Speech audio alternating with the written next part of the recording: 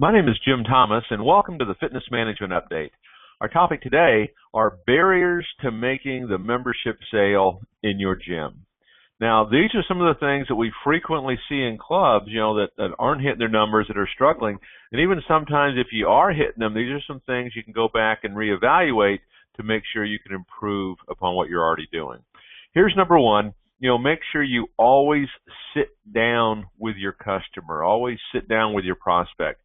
Don't give that membership presentation standing up. Don't give it at the front counter.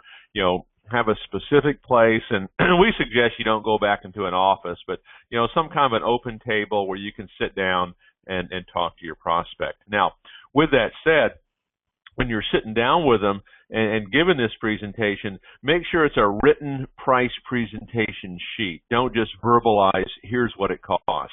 Okay? You want their attention, you want them involved in this process, and you want them prepared, to make a decision. Okay? Now, number three, you have to have really an arsenal of closes available. And what's a close? That's how you're going to ask this person to buy. It's how you're going to answer, those concerns, objections, if you will, that the prospect might have. One of the things that is absolutely true is that, many salespeople actually don't ask for the sale. And one of the reasons that they don't is they don't know what to say. So, get this and I would suggest having 10 or 15 different ways that you can ask for the sale. Okay. Next is each customer that comes in, each prospect that you have, regardless of circumstances, you're going to give them a membership presentation.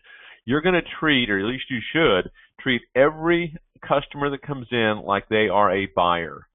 And really this comes under the heading of, don't prejudge these folks. Treat every prospect like a buyer.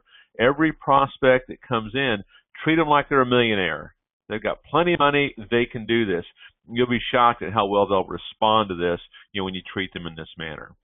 Now, you get the prospect, at your table, you're giving the presentation, you're going through all this. One of the things that we see is a common mistake is, a lot of times that salesperson, they'll get up and leave, 2-3 times, in the course of that.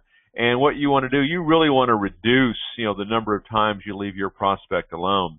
When you do that, when you get up and leave constantly like that, what you do is you create uncertainty, you create doubt. So when you get them down and at the table and you're talking to them, stay with them. Okay. Now, when you're with the customer, always agree. You never disagree. Okay. Mary, I understand. Mary, you're right. Mary, a lot of our members say that. Okay. Always be agreeable. And then lastly, make sure that you're asking for the sale. And I think of all the things that salespeople have to do, many of them find this to be the single most difficult one. This is that moment of truth. And what you need here is what we like to refer to as decent boldness. Decent meaning you're respectful, but boldness, if you don't ask, the answer is always going to be no.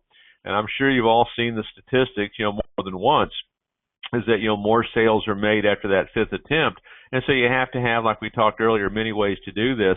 But if you are truly selling, desired outcomes, powerful why, super objective, if you're doing this and you truly yourself are sold on this and you believe this is the best club, the best facility, the best services, and you're the best person to do this, you'll have no problem asking for that sale.